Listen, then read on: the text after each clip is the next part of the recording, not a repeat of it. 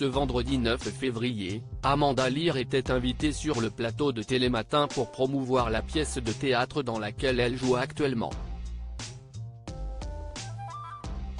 L'occasion pour la comédienne d'également se confier sur un projet avec Isabelle Mergo qui n'a pas vu le jour.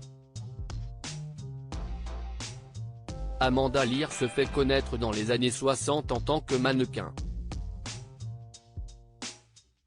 Puis, quelques années plus tard, elle se lance dans la musique, et sort plusieurs titres dont Follow Me, qui a été repris dans une célèbre publicité Chanel.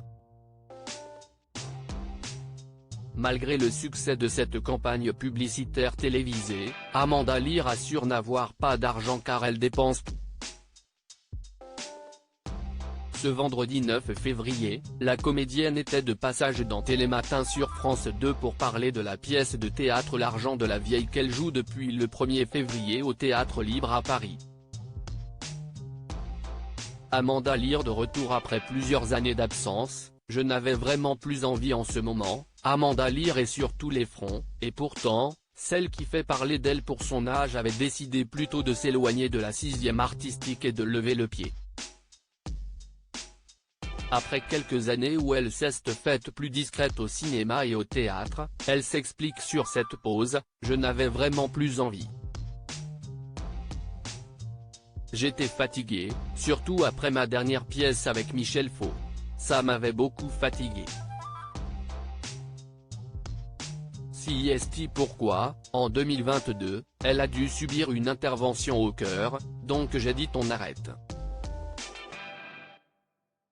Le théâtre, CIST très fatigant et très mal payé. J'ai eu un projet avec Isabelle Mergo qui ne s'est pas fait finalement. Amanda Lear a été sollicitée pour venir sur les planches et devant les caméras. Ils m'ont dit je t'assure, le public te demande. Et voilà qu'Amanda Lear se lançait dans un projet avec une grande actrice française. D'abord, j'ai eu un projet avec Isabelle Mergo qui ne s'est pas fait et puis cette histoire de l'argent de la vieille, ça m'a turlupiné et j'ai dit allons-y, j'espère tenir le coup.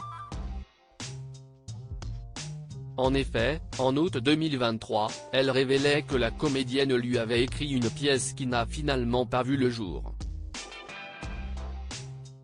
Si ce projet n'a pas abouti, d'autres lui permettent aujourd'hui de faire largement parler d'elle. Dans la foulée est venu le film Maison de retraite avec Jean Reno et Kev Adams, puis Escort Boys. Je me rends compte que plus vous dites non ça ne m'intéresse pas, plus ils vous veulent, a-t-elle ajouté.